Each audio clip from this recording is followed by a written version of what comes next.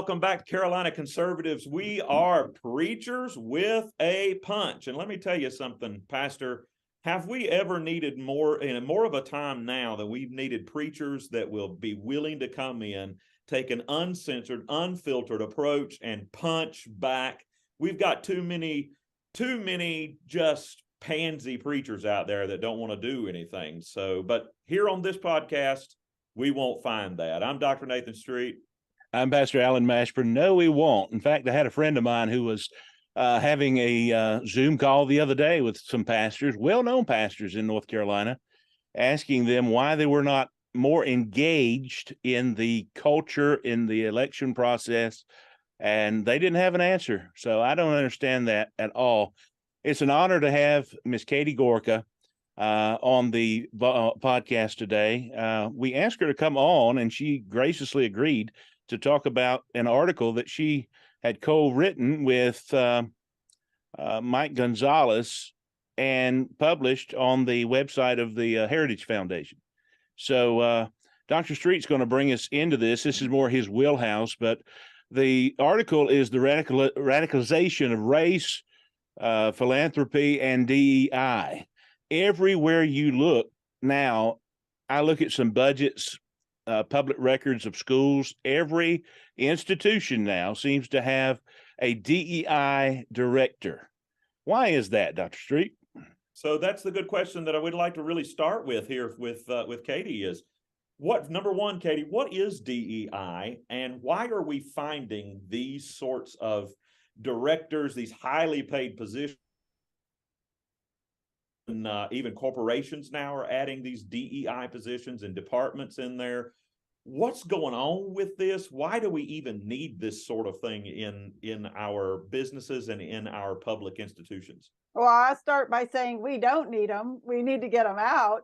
But I think the whole question of why are they there is kind of the million-dollar question. And that's what led me and my colleague Mike to dig into this question. And of course, what we discovered is we've got major philanthropies in this country. Indeed, I would say that the vast majority of the biggest philanthropies are pouring hundreds of millions, not millions, hundreds of millions of dollars into this insidious ideology that we call DEI. And that's diversity, equity, and inclusion. And what it is, it's really turning fundamental American ideas on their head. You know, we are the original diverse country. There was no country more diverse than the United States. You know, you look back at our origins at a time when other countries had a head of state who generally was also the head of the church. You had incredible religious conformity in countries. And here comes the United States in our early days. You had Catholics, Protestants, Quakers, finding a way to live side by side peacefully. And then, of course, the circle expanded and more people were brought into this circle. We are the original diverse nation, you know? Exactly. Right. And also the whole notion of, quote, what they call equity. There is nothing more supportive of the notion of equality than the American Constitution. But that's why equity and diversity, as the left would have us consider it, really are the opposite of what America's founders had in mind. And they're turning these things on their heads, and they are driving us toward the very opposite. They are driving us toward away from true diversity. They are driving us away from true equality. And part of how they do that is because they reject the notion of individual rights. Right? This was such a key part of the American Constitution, that rights are endowed by our Creator in the individual.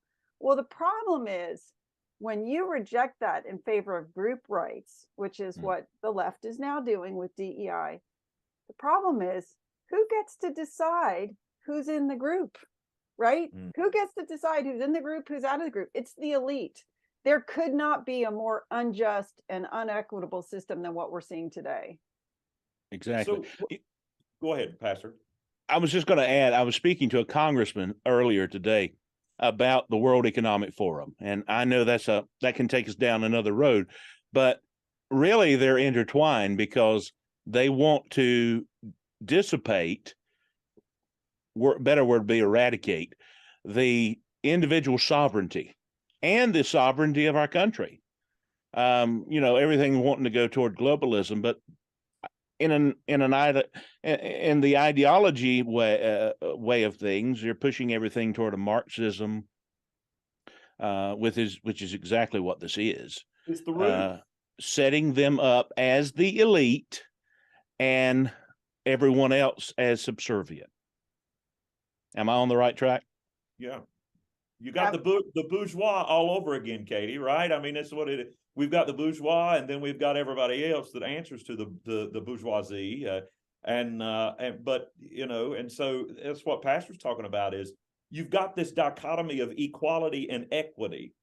So equity sounds like a good term, doesn't it? I mean, who doesn't want equity? We got equity in our homes. We got equity in our cars. And so what's the difference between equality and equity, and why is equity something? I'm sick of that term. I'm so sick of that term. Equity. I know. Well, it's terrible. And I think Americans are waking up to this. I think they're realizing, well, I'm going to take that back, because I got to say here where I live in Fairfax County, we are just infusing our entire Fairfax County public school system with the teaching of Ibram Kendi.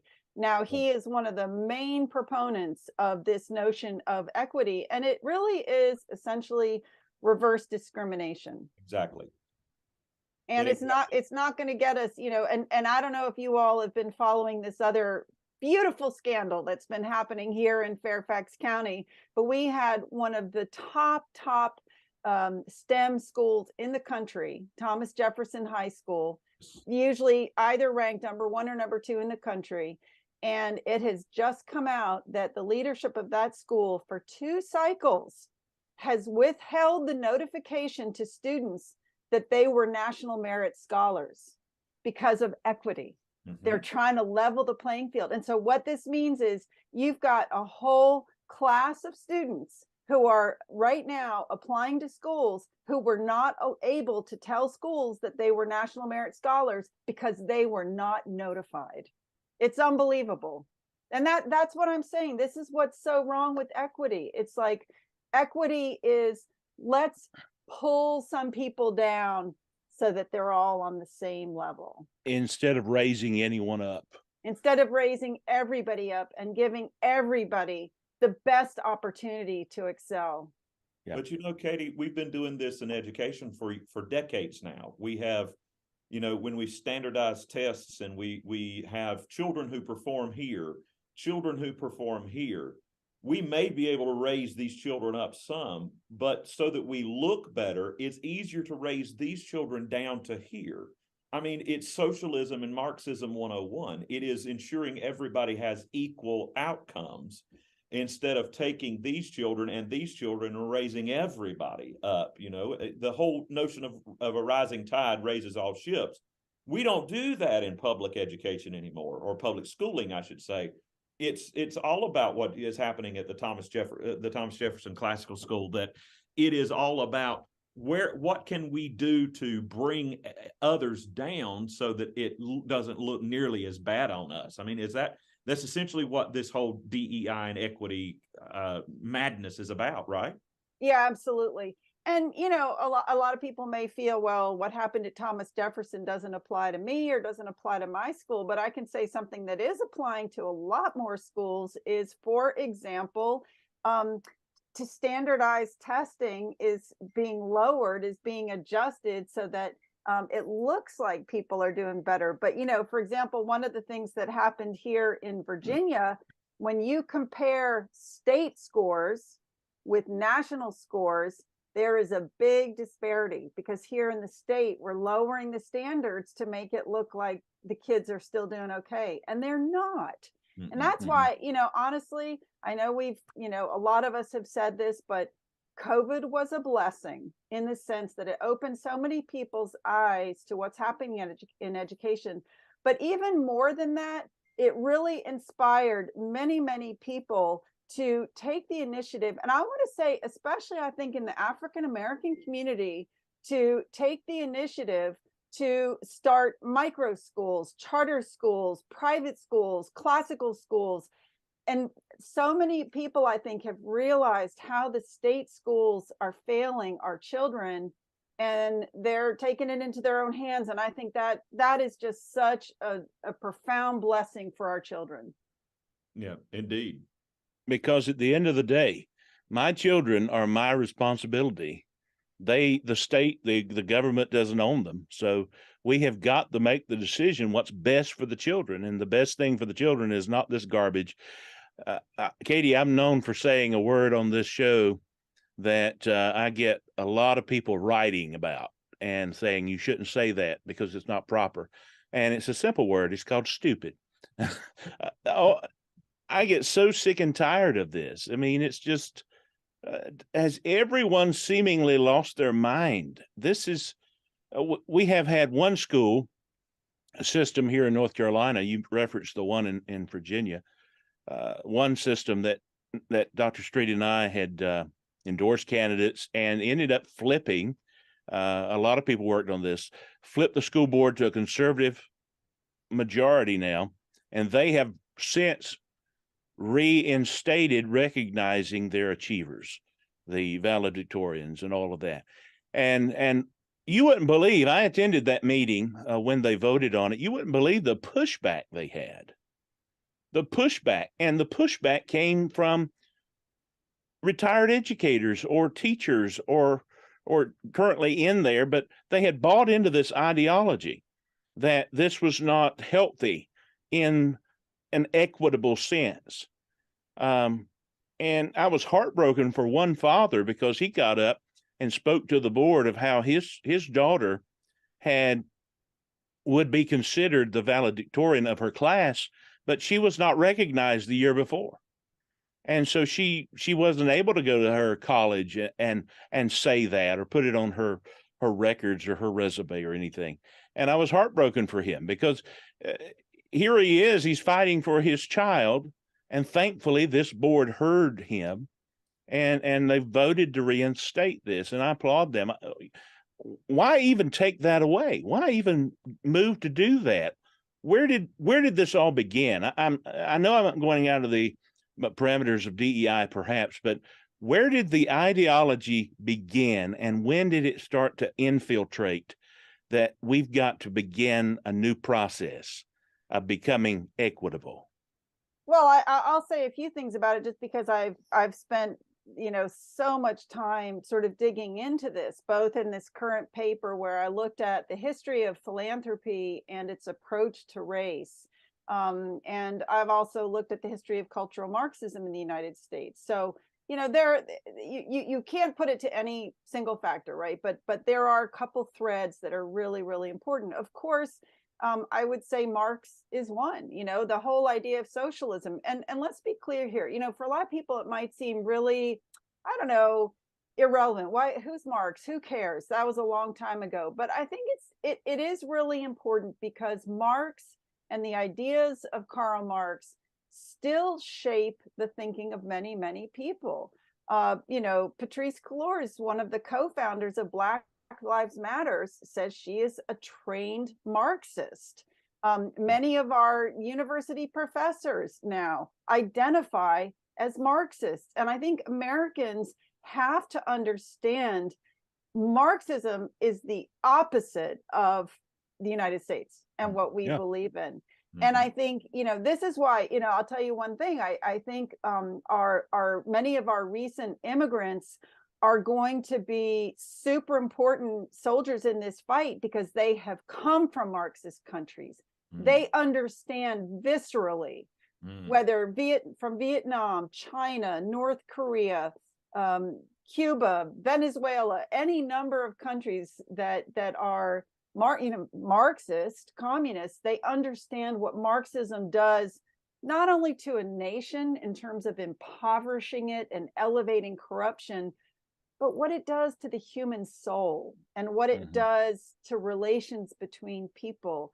I mean, I will say one of the just tremendous blessings in my life is that I ended up living for 12 years in Hungary because of my husband, when I met my husband right after the fall of communism. And when I first started going over there, I was not a huge patriot. I did not really think America was so special because I didn't understand what made America special.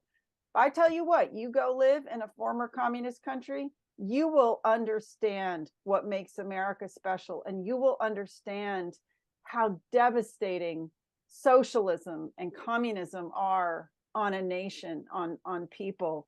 And that's our problem. And I just, I pray that more people would come to understand this. And going back to a great point you made, I pray that more pastors will engage in this. It is so important. I've been shocked to see lately the numbers of Christians that do not vote. Who do not vote. It's appalling. And I think it's on our pastors. And I think one of the problems is they are afraid. I think many pastors are afraid that they're going to cross the line about the separation between church and state without perhaps fully understanding what that line of separation actually is. That line of separation was intended to protect the church from the state, not the state from the church. Right. Pastors need to step up. And if there's a real line there, we've jumped all over it and buried it. We just really, we don't care. We have nowhere else to go. This is our country. There's no other America. There is nowhere else to go. And America's been blessed by God very much. I mean, beyond recognition, beyond words. And it's just amazing to me to see that pastors will not get involved. I know this can easily go down a rabbit trail, but I would say let's do everything we can. Barna Research, I saw a figure several months ago that Barna Research put out that claims that only 20% of evangelicals voted in the 2020 election. If that is true, then that election wasn't stolen. We gave it away. True. But, even then, we've got some churches that are so radically left anyhow. So, I mean, we've got that infiltration. The whole DEI culture is coming into the church even. I mean, I have been in conversations with many pastors before who has said that Jesus was a Marxist and before Marxism even existed and was all about equity. No. Jesus made sure to let everyone know that we are responsible for our own actions. And so we will either live and die and go to heaven or hell based on our own actions. And but you mentioned something a little bit ago, Katie, that I want to jump back to in this radicalization of race. We're finding so much. And I mean, I worked in school district in Greensboro, North Carolina for so long, and every single thing is colored by race. Every decision is colored by race. Every single step you take must be taken in the perspective of race. And so critical race theory, while a lot of school districts will say, we don't teach critical race theory, although it is very much the foundation of DEI departments and very much the roots of equity. But this critical race theory, especially with how it came about with Kimberly Crenshaw and Derek Bell and such as that, it was a legal theory at first, but it's sort of been adopted and really modified to meet the needs of all these leftists that have come along, like Ibram X. Kendi, like you have said, the anti-racist himself.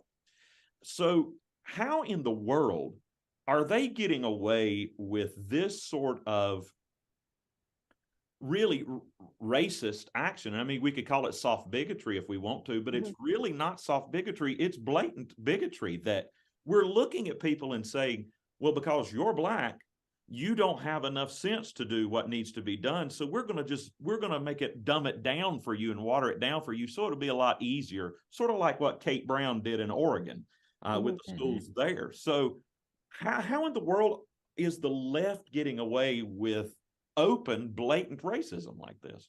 Well, I think I think, first of all, it's important for people to understand it fully.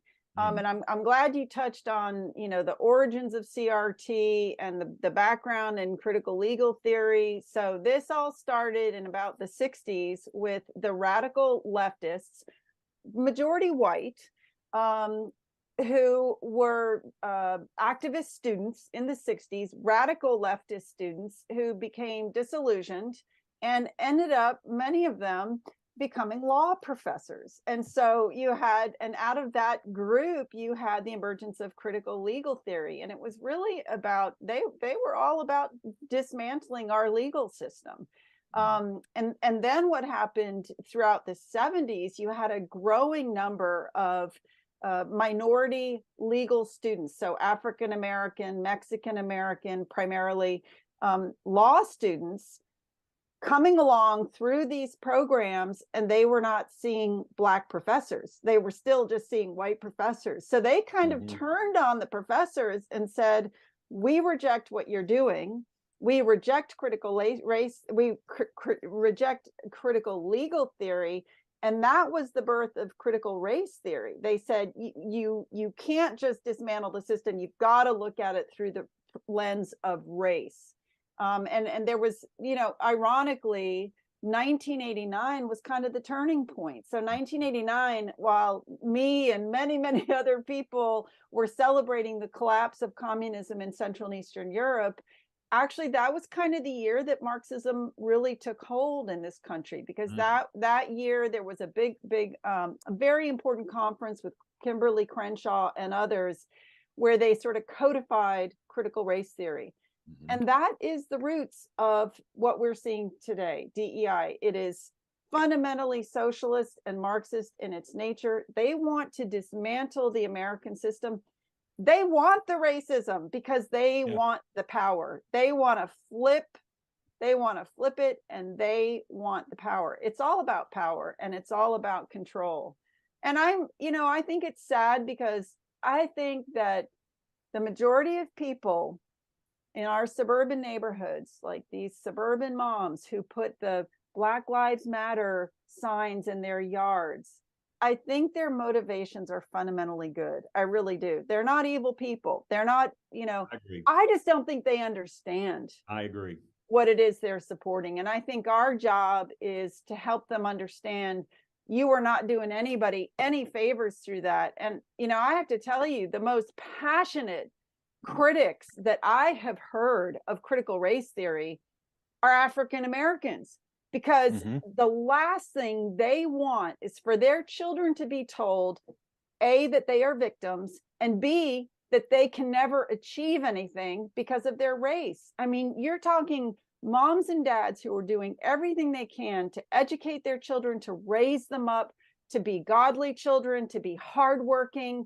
to strive for whatever they want to do. And here you come along with these people, these, basically a lot of white liberals pandering to them and saying, oh no, let us help you. You need our help. You can't do this on your own. Exactly. The same thing they've done for now decades, and they've done nothing but put them down, made them servants, made them nothing but, they've never helped them at all. No, never at all. And they're not going to. No, you hit the nail on the head, Katie. It is all about power. I'm the rich white elitist. I am here to be your white savior. Yeah. And when I have gone and talked to lots of different groups, I have told them, especially people of color, I would say, do you need a rich white savior to come in and save you? And so that's what it's all about. And so the Democrats especially have gotten really good about coloring this and making it look like, we're here to stop those evil conservatives, those evil Republicans who are just trying to destroy you, when in reality, they're the poison pill that want to keep you subservient and keep As Chuck Schumer just put out this morning on a tweet, he said, the Democratic Party will always be the party for the people. Yeah. Oh my goodness. Yeah. Well, and I want to be clear too. I think what's important for people to understand is that, the perspective that we share is not that we are a perfect nation, and not that, everything is as it should be.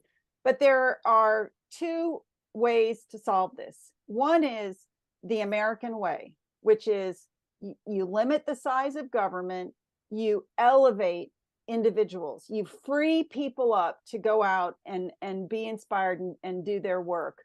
And you allow for a organic, gradual, bottom up, constant process of growth and improvement, right? That bottom up gradual change. Whereas what the left wants, they come in with their, first of all, their impossible utopian visions. We all know there is no utopia on this earth in this life. They want to impose it from above, and it never works. It always ends in tyranny. Yes. So how chaos. What's the answer, Katie? How do we evangelize people to get them to understand the evil roots, the Marxist roots of DEI, of critical race theory, and what the left, and I shouldn't say, it's not liberals per se, it's leftists, these progressivists, these secular humanists that are out there trying to deconstruct our society to build it into an image that none of us would recognize, to build it into that so-called utopian true democracy image that the Frankfurt School and the critical theorists like Horkheimer and Adorno and those folks who really set out to, Marcuse even said openly that they wanted to destroy religion, wanted to take Jesus out of the culture so that they would be able to take his place. How do we evangelize people to get them to understand what this is, what's going on, when everybody in the media is against us? Well, I think that you're partly already doing it. The fact that y'all have a podcast, that you are talking about these things, that you get out there into communities and talk about these things, I think is super important. I think so. I'm super supportive as well of the idea that we need to support hard research on these things. So I have a great colleague when I was at the Heritage Foundation who I think does some of the best work in the world on this, Dr. Jay Green. He's done a couple of really great studies, and I'll just mention one in particular on DEI staff in K through 12 schools. And what's really important is he gets away from the theory and he just looks at the hard data. And what he found was in schools and school districts that had DEI staff, like a chief diversity officer, academic outcomes actually got worse and the disparities widened. So having these, and you can speculate why the reasons might be. It makes a lot of sense. For one thing, you are having resources wasted on something completely stupid instead of being put into things that are going to actually help kids learn and achieve. I love that word. It's so versatile. But I think supporting that kind of data is important. And then I think the third piece is, honestly, and I think we're already seeing this happen, I think people are learning for themselves how evil this is because they are coming up against the consequences of it. This transgender crisis that our country is going through is, I think, a direct result of this crazy movement. Absolutely. And when you have a parent who has to confront the fact that a school is secretly transitioning their child to a different gender and cutting the parents out of the conversation, this is freaking people out. They're waking up. So, but would you also agree that, and I'm all about data. I love the research. I am a researcher. I love it. We on the right do a very poor job of telling the story and relating to people's emotions, where those on the left are excellent at stroking those emotions. And sometimes we humans will put a hook in our nose and lead us by our emotions rather than by our brains. And what can we do on the right to not only let's hit them with the facts, but then also come at them and say, look, we care about you too, because we're looked at a lot of times as cold and uncaring and indifferent, that all we are about is the facts, when maybe the left has the corner on the market when it comes to that now. So would you agree with that, or would you think that there's something that we can do about that? No, I do agree. I think it's such an important point. And I'm guilty of it myself. I too. love to write papers. You know, Me too. I love white papers. But I have to say, you know, I have seen, for example, I really commend another one of my heritage colleagues, Jay Richards, who has been very focused on the transgender crisis.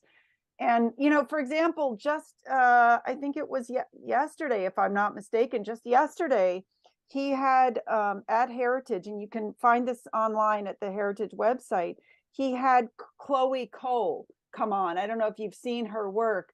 This is a young woman who has been super, super brave in speaking out about what she was put through in transitioning and then detransitioning, and how brutal that has been for her.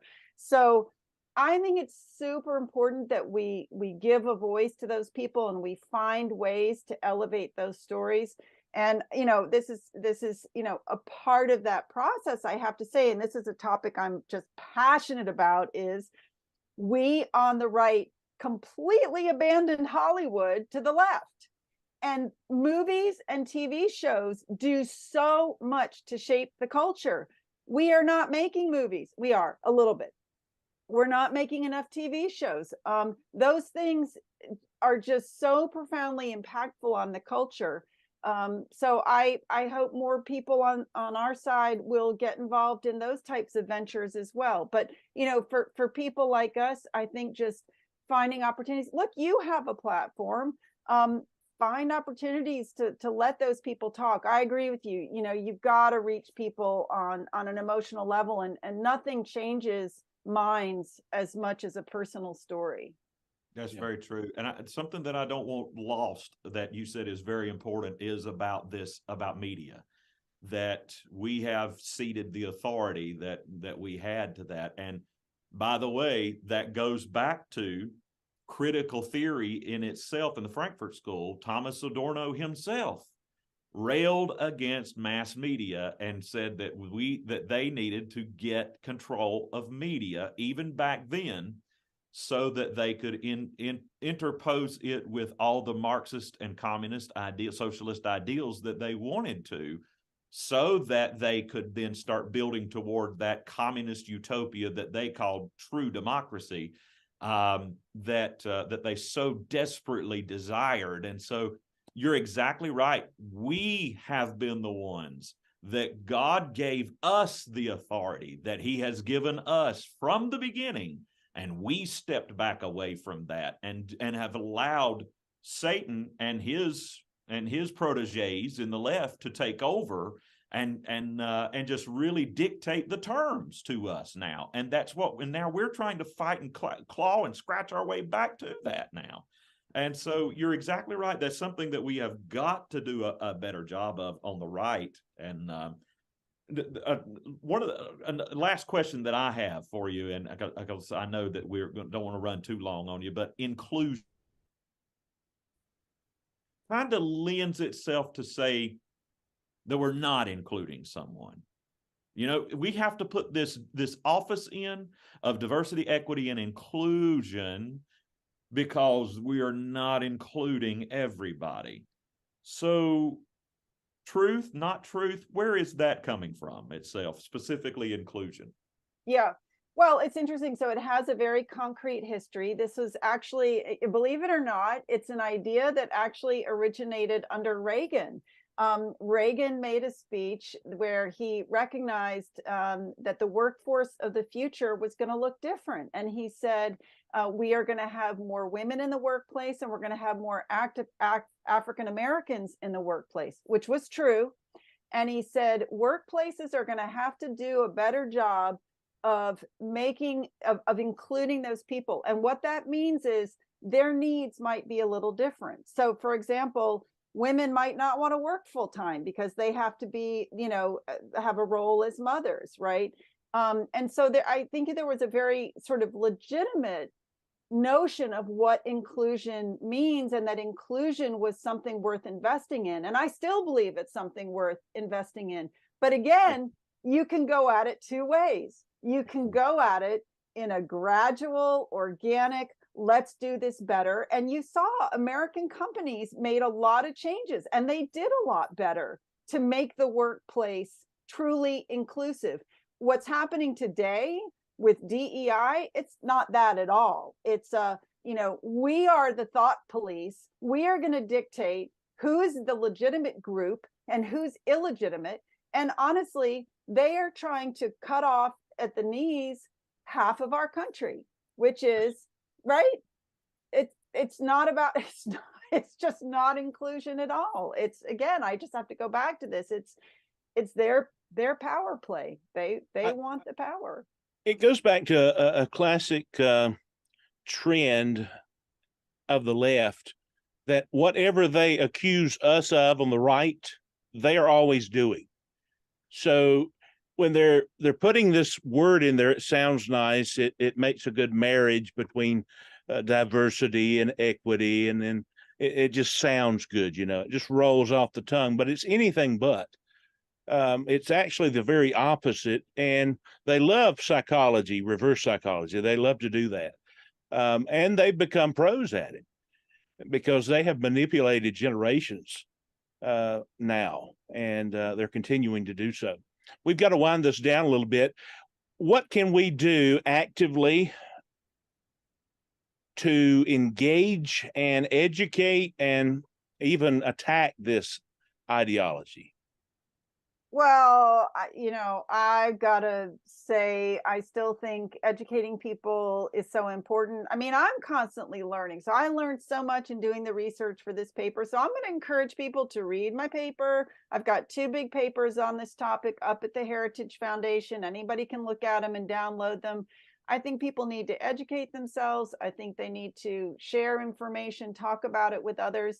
And I will say, I really praise those parents who have had the courage to speak up at school board meetings, Yes. and to speak out against how money is being wasted in the schools, and to speak out against these terrible policies. And I really commend all of those who are willing to make the sacrifice to step up and run for office and serve in office. It all comes down to this. We ultimately, we are not going to make a change if we don't have the seats of power, if we are not in office. And so I think there's a million things people can do. But every single person can be doing a little bit more than what they're doing. We have no choice. No. We have no choice. It comes down to education every time. We've got to keep educating people. We need parents and pastors to run for school boards, for county commissions, for mayors, for city councils. That's where where we really have the most control. And so we run for Congress, run for whatever. We need these people to step even Lieutenant Governor. And Lieutenant Governor of North Carolina. I mean, really, we just need those people. Yeah. So absolutely. Now, and we encourage, we're also going to link to your paper as well. And we encourage folks to go to the Heritage Foundation, all of our listeners, all of our viewers, to go to the Heritage Foundation, check out this paper by Katie Gorka. It is amazing. It is so well written. It is very academic. It is very engaging. I loved it. I've got it bookmarked because I want to keep going back to it. It inspired me. And some of the research that I have done as well. And I was like, yeah, I remember reading that. Yes, I remember that. That's right. That's good. That's good. So I've been writing notes and taking notes on this myself. So I encourage our listening audience out there, definitely go and read this. You will be amazed and you will learn a lot. And it's information you need for when you go out and you talk to other groups and other individuals. It is so important that you come and study to show yourself approved unto God. Don't go out there half-cocked and trying to tell people stuff when you have absolutely no idea what you're talking about. God expects us to do our homework, to get prepared and to go out there so that we can speak intelligently about the things that we are encountering in this culture that so desperately needs him now. Amen. And I would say, I'm sorry, Katie. I just said amen. I love what he Oh. said. Yeah. I would say if you're watching this and you're listening to this, send a link to this to every school board member that you know and you've got their email address to. I'm going to send it to the chair of Chatham County, Dr. Street, who just went out publicly in a newspaper article attacking me that I said that CRT was in Chatham County schools. He said it's certainly not. So, oh yeah, yeah. When we've got evidence. I've got his number, but anyway, Yes. we're, I would say send it to every school board meeting, school board member, and let them see this. This is thorough. It's very informative. It's academic. If anyone is critical of this writing, it's because they disagree with it, which is fine. Just come out and say you disagree with it. Own it. Disagree with it, but it's full of facts. I mean, you can disagree with the facts all day long, but it's full of high quality research and facts. So go ahead and disagree all you want to, but you know, you're going to look silly. I'll just use the word. You're going to look stupid for disagreeing with this. So I love that word. Folks, we thank you so much. Katie, we need you to come back because we didn't even get to talk about ESG. I'd really love to talk about how DEI is leading to ESG as well, and how that's going to affect everyone as well. So I vote that she becomes a regular contributor. I vote too. Yes. So, all right. It's unanimous. I love talking to y'all. So anytime you want me, I will come talk with you. Oh, that's an honor. Yes, Thank we you. love it. Thank you so much. Love it. Folks, thank you so much for joining us here on Carolina Conservatives. We are preachers with a punch. Come on and send this out. Send what we are saying here out to everybody, especially if you're in Chatham County, North Carolina. Send it to the chair, Gary Leonard. I know him really well. I'm going to tell you, Coach Leonard, you have come a long way and you've gone the wrong direction, pal. Send this out to him and make sure that these people are accountable to you, folks. Thank you so much for joining us here today. My name is Dr. Nathan Street. I'm Pastor Alan Mashburn. That is proof. We will call you out. Have a great day. Thank you for joining us. God bless you.